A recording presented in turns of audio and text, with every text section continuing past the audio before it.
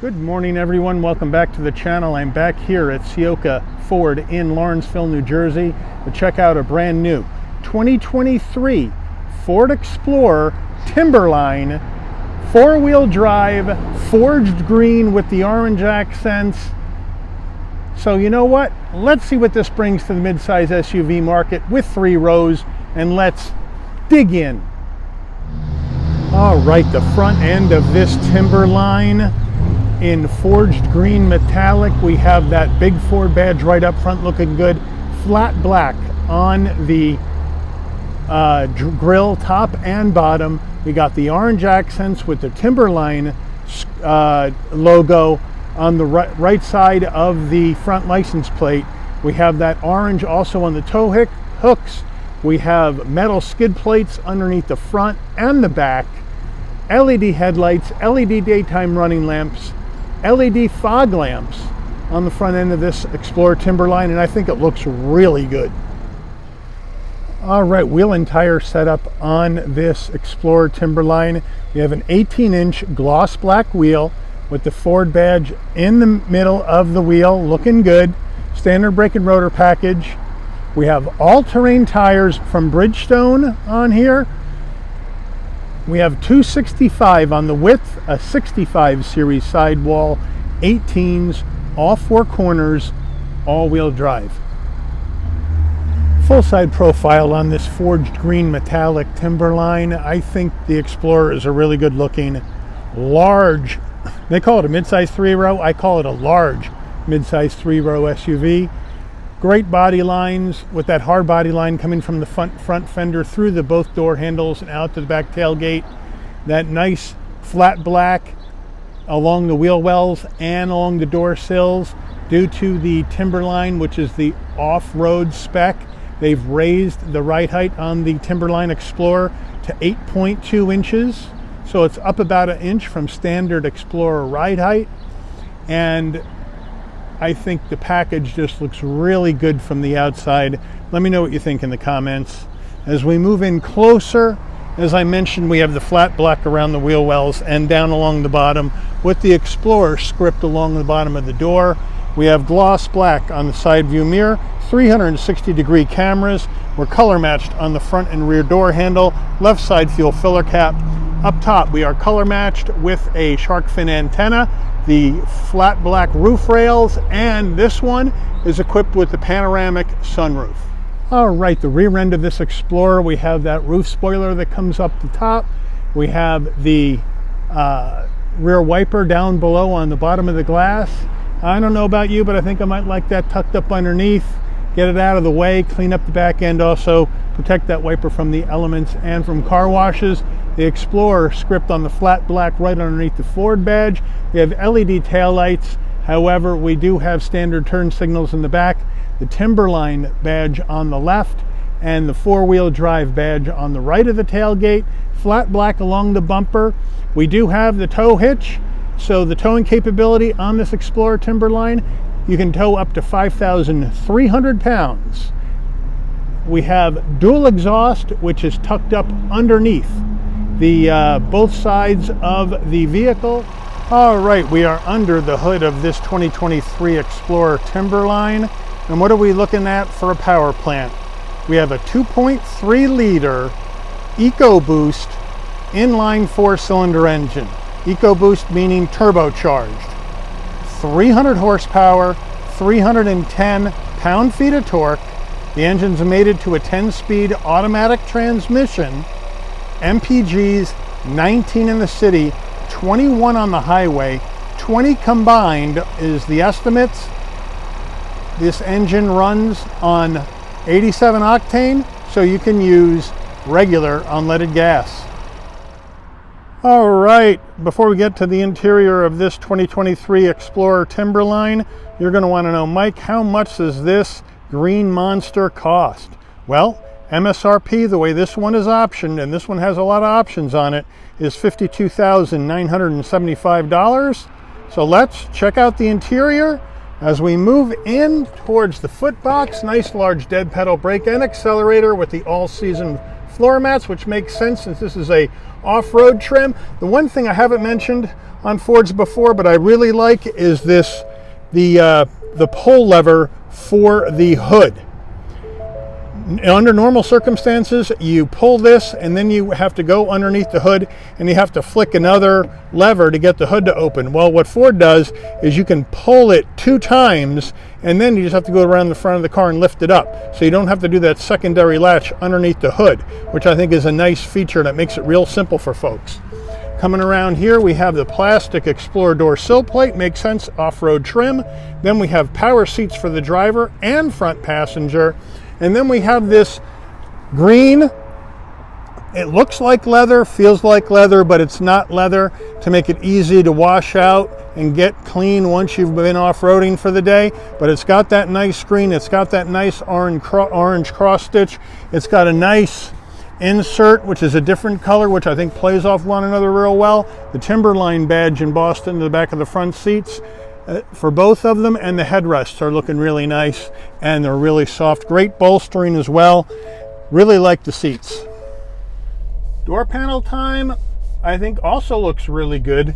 They have soft touch up top. They have brushed aluminum trim around the chrome or aluminum door handle.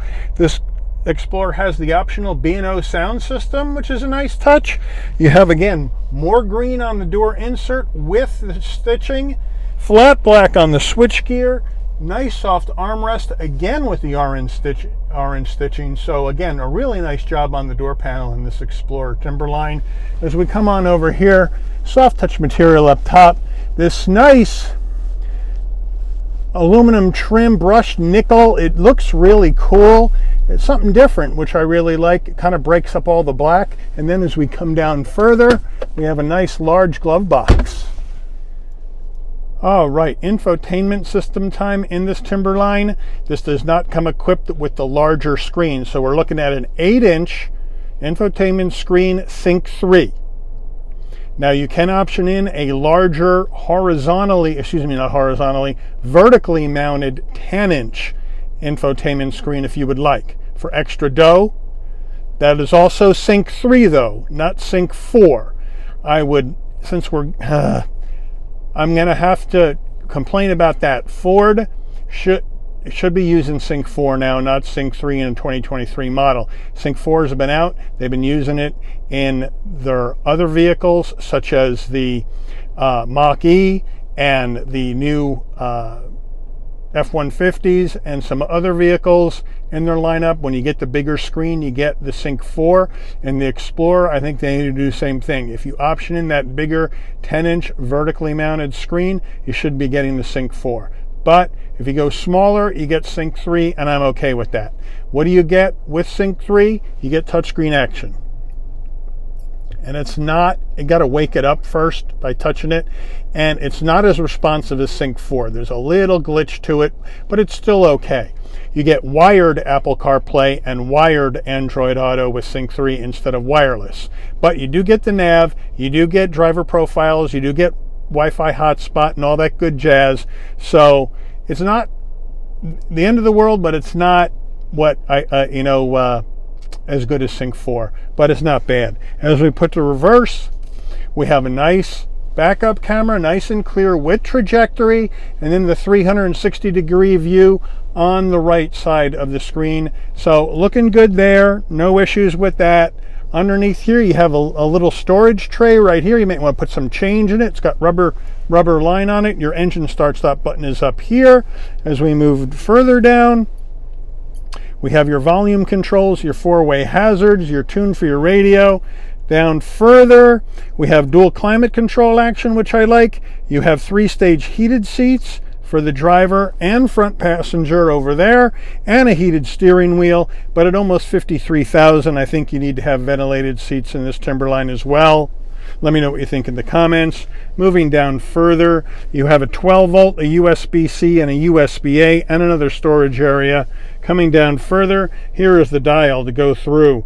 This 10-speed automatic, electric parking brake, auto brake hold. There are your drive modes, hill descent control, 2 cup holders right there, and your Ford key fob, unlock, lock, remote start, pop the tailgate, panic button, and the Ford logo on the back. Nice weight, not too crazy.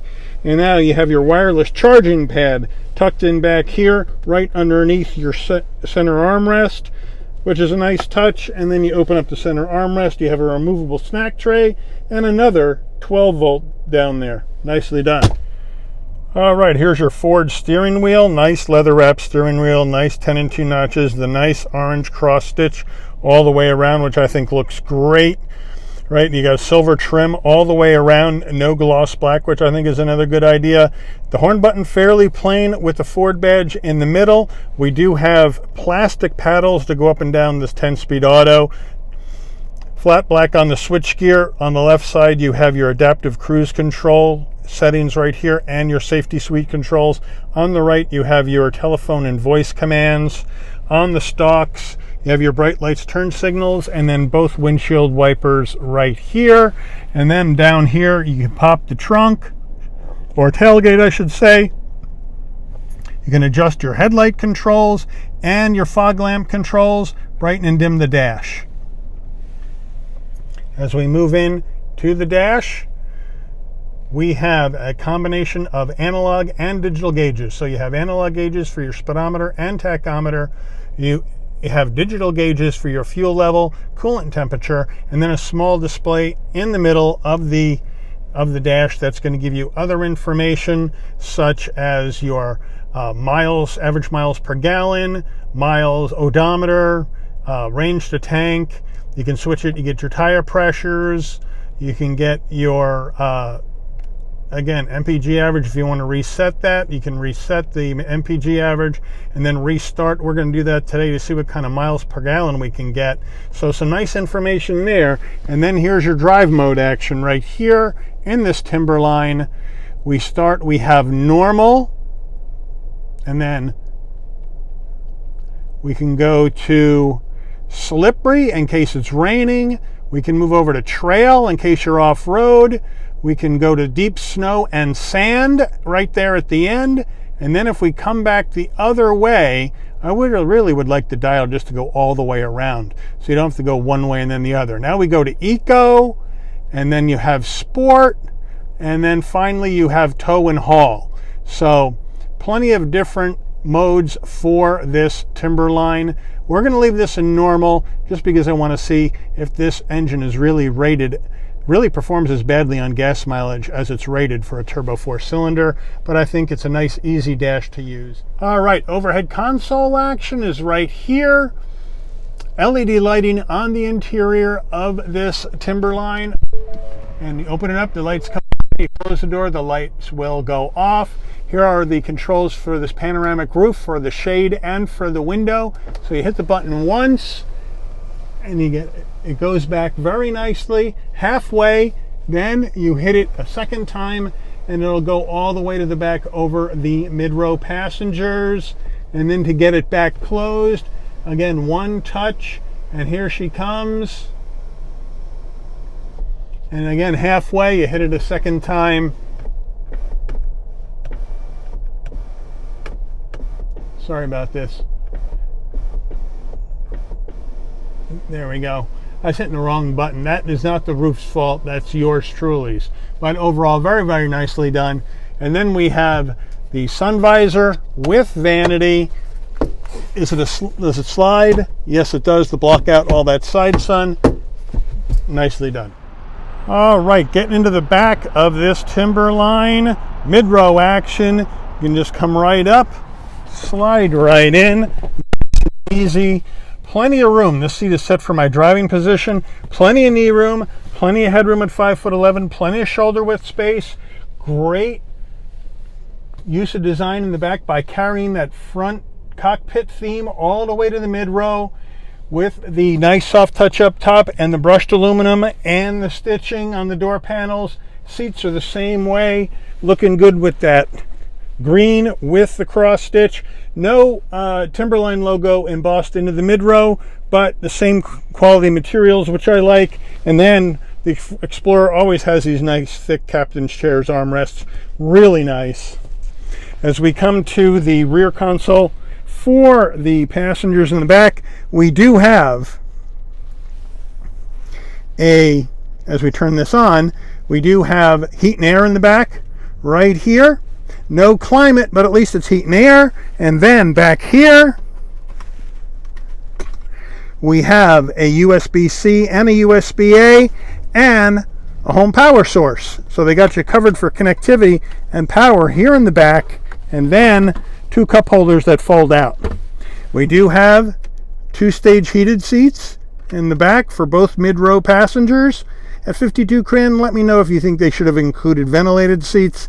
Would have been nice, but I don't know if it's a necessity based on this trim level. But let me know what you think in the comments. As we come back here, we have a nice seat pocket behind the driver and front passenger. So overall, a really nice place to be. You got your grab handles up there in case you're going off-road and the back seat or mid-row passenger needs to hold on. And here's your heat and air vents in the back on the roof on both sides for the mid-row. So nice place to be here in the mid-row of this Explorer. All right, third row time. Is the 2023 Explorer any better in the third row than 2022? Because that was really tight. Well, let's find out. Come on in, get these mid-row seats to pull forward. You got a lever here, you pull that forward and it moves it up and out of the way. Now we have a fairly small space like we did last year to get into the third row. But let's try it out. I'm going to step up. Oh, no, it's still tight. Still tight. Oh, wow. All right, now I'm back here in the third row, and it's the same as the 2022 Explorer. There isn't a whole lot of room for large adults in the back. I do have, as you can see up here, heat and air vent. So at least I'm not going to get claustrophobic back here. I'll get some heat in the winter, some air in the summer. And I got a cup holder, but I don't have any connectivity in the third row at all. So my cord's going to have to stretch all the way up to that rear console area for the mid-row to get my phone plugged in. So Ford, the competition like the Kia Telluride, Hyundai Palisade, have third row connectivity. You need to get some third row connectivity in your Explorer, especially if you're going to charge over $50,000 for it. At least that's what I think. Let me know what you think in the comments. All right, rear tailgate time. This is what we got going on. To open a tailgate, you can pop it from the key fob or from the dash, like I said. But if you forget, you can come back here, and there's a little down arrow right here. If you can see it, that's where the release is. Pop it. Nice electric assist on the way up. Nice electric assist on the way down right here. This is an option for the Timberline, and I'll show you the window sticker so you can see how everything was optioned in this particular vehicle. But with the third row up, you get some nice storage space here in the back. Really like it. You can store a couple of nice suitcases back here for a weekend and still have usability in that third row if you so choose. Down here you have the nice picture of your Explorer with Explorer on it, which I think is a nice little nugget. You can open this up and you have more storage, and you have another mat down here. Now I'm trying to get this up, but I don't think I'm going to have any luck with, oh, I got it over on this side. And then underneath that, that's the all-season mat. You have another mat. So unknown whether I have a spare back here or not. So I'm going to have to leave it at that. Let me know if you have one of these. If it does have a spare, I don't want to tear the whole cargo area apart to find out. 2 little storage cubbies here and here as well. Now, third row action. First, we got a 12 volt back here, so that's good. Now, you got your third row action. Power third row folding seats. You can hit this button if you only want the left one down. You can hit this button if you only want the right one down. But if you want them both down at the same time, you just hit the middle button. And when you do that, there's a little bit of a delay, and both of them will go down. And now you have much more space here in the back of this Explorer. If you want to put the mid-row down, you got to go around to the side. So I would like to see some levers to put the mid-row down from the tailgate area. But if you do want to put the mid-row down, you lift that up, it folds flat. We'll come around the other side of the vehicle. And if you lift this up, it folds flat. And now You have a lot more room for those larger items here in this large mid-size 3-row SUV. So great use of space. The only critique, I love the power fold action for the 3rd row, but I would like to see some levers. I don't care where you put them. You can put them on, if this side's got the power, you can put the levers over here to drop that mid-row from the tailgate instead of having to walk around to either side. But other than that, it's a nice use of space here in the back of this Explorer. All right, and here is the window sticker for this 2023 Explorer Timberline. Feel free to pause the video, zoom in, check out all the options that have been optioned in to this Timberline. And now, let's take it out for a spin.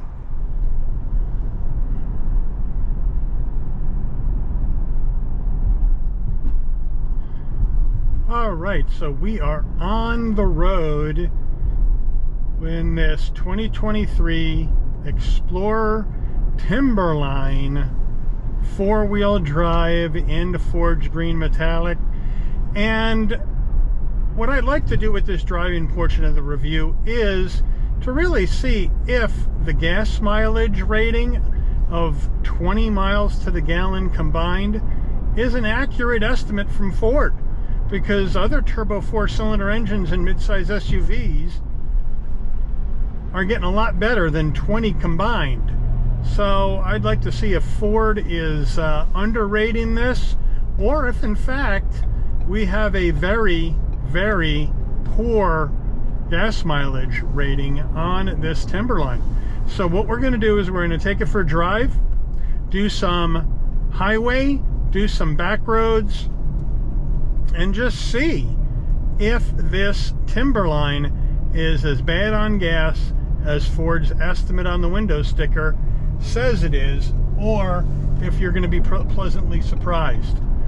Right off the bat, as we merge onto Highway 295, right off the bat, visibility is great out of the windshield, side view mirrors, rear glass, really nice large side view mirrors with blind spot, so no issues there. This has the Ford Copilot 360 as well, Timberline technology package as well, so you're going to get all that safety suite and all that stuff in the vehicle, so you don't have to worry about safety, which I think is good. Also, one other thing, the Insurance Institute for Highway Safety has rated the 2023 Ford Explorer as a best safety pick plus for 2023 model year. So that's also a nice bit of information, because they are the benchmark for crash safety, is the Insurance Institute for Highway Safety, and you can look up ratings on any car for free on their website. But now we're cruising on the highway, nice and easy. The vehicle is gotten up to speed very, very well, no problem.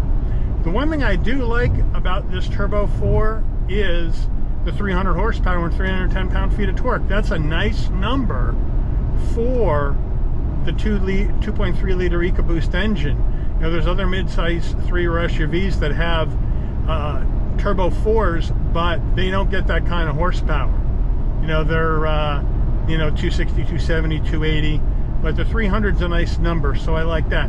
But right now we're cruising 80 miles an hour, piece of cake, and with the extra inch of ride height on the Timberline, I get a really nice command view of the road, no issues at all,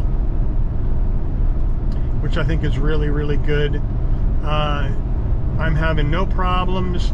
The handling is really nice, even though it's really numb. This is not an aero SUV, so you know, this would be a brick going through the air for sure on the highway if it was a windy day, but it is not a windy day today.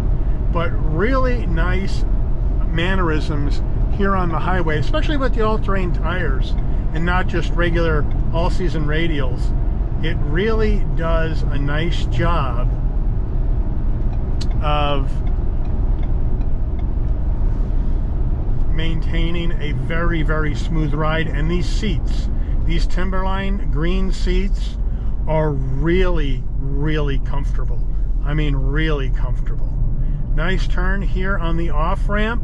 We're maintaining 40 as we go around this off-ramp really sticks to the ground much better than I thought it would. Look, serious body roll, obviously, but it is a big SUV with 3 rows. But I really like how it drives. I really like. You know, the competition that you're looking at, the strong competition for Explorer is Kia Telluride, Hyundai Palisade, Honda Pilot, Toyota Highlander. All of them have an off-road trim. Right? You have the XRT for Hyundai, the X Pro or X Line for Telluride and Sorento from Kia, the Trail Sport with Honda. Offhand, I can't remember what the Toyota Highlander's name is for their off-road trim, but this is Ford's entry into that, and I think it's really well done. All the other ones are front-wheel drive vehicles that are now all-wheel drive. This is a rear-wheel drive vehicle that has 4-wheel drive.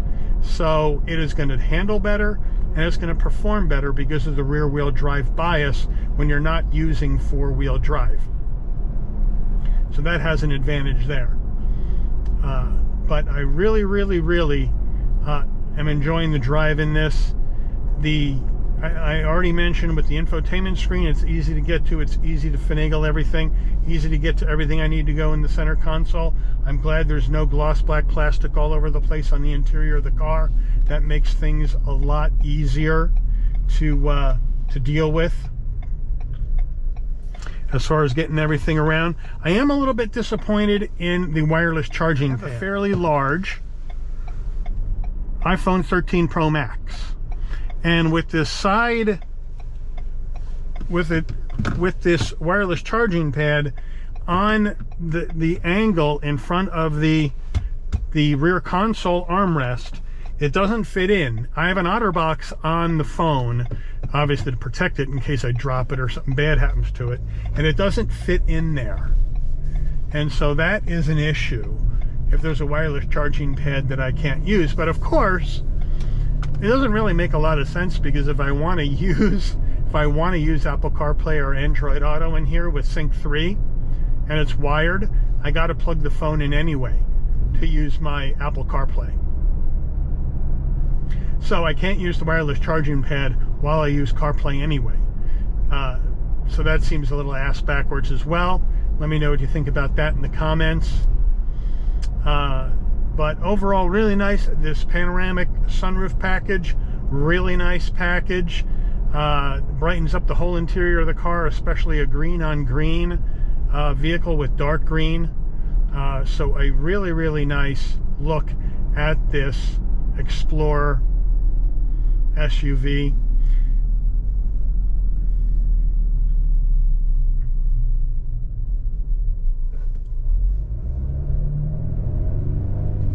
Now we're going to head down to the right and we're going to do a brake test and an acceleration test, and not stress the engine too much because this is a brand new car. Ford's engines have a 1,000 mile run-in period, so you certainly want to make sure you have run the engine in properly, not exceeding 4,000 RPM, before you go off and gun it. So here we go. We're going to get this up to speed about 40 miles an hour. Here we go. 3, 2, 1. Really nice. Straight and linear. No pull from the wheel. Everything stopped perfectly. And now we're just going to take off. And we're back up to speed. Easy peasy. 1, 2, 3. So nicely done on this Explorer. Unfortunately, I don't have an off-road course I can take this on around here. It would be nice to do that, to give you, a little, at least a little preview on what the off-road behavior would be of this vehicle. But hopefully one day we'll be able to get a Timberline off the beaten track. But today's idea is to say, hey, are we really getting the advertised average MPGs that we get on the window sticker? So that's pretty much the wrap. My overall view on this is, if you're looking for that three-row midsize SUV with the off-road type trim and some off-road capability, trail capability, and you're looking at the Telluride, the Sorento, the Palisade, the Highlander, and the Honda Pilot with those trims, I would put the Ford Explorer on the list to give a test drive to this Timberline edition. Test it out, see what you think. It's going to operate a lot different than you may think with that rear drive bias rather than the front wheel drive bias in the four-wheel drive of this vehicle. But I think it is well put together. It's very, very heavy at a little over 6,000 pounds, which is heavier than most of the competition, but it drives beautifully, it handles nicely, and I think it's worth a look and a test drive if you're in the market for that type of vehicle. I would like to thank Ciocca Ford of Lawrenceville, especially Liz and David, for allowing the channel access to this 2023 Ford Explorer Timberline four-wheel drive vehicle.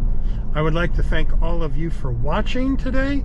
I would also like to ask you to like this video if you've enjoyed it. Please also consider subscribing and turning on the notification bell so you'll never miss another Shabby's Rides video. And once I sign off and get back to my destination, I will give you a screenshot of what our average miles per gallon were, so you can take a look and see if this thing really gets as bad as gas mileage, which is a big detractor for this, as it is advertised on the window sticker. We'll see you on the rebound. Take care, everyone. So here we are at the end of the ride. Average MPG, highway, back roads, stoplights combined, 19.3 miles per gallon. So yes, it appears that this does get the worst gas mileage of all the other vehicles in the competition, but it does take regular, so that is a help. But let me know what you think.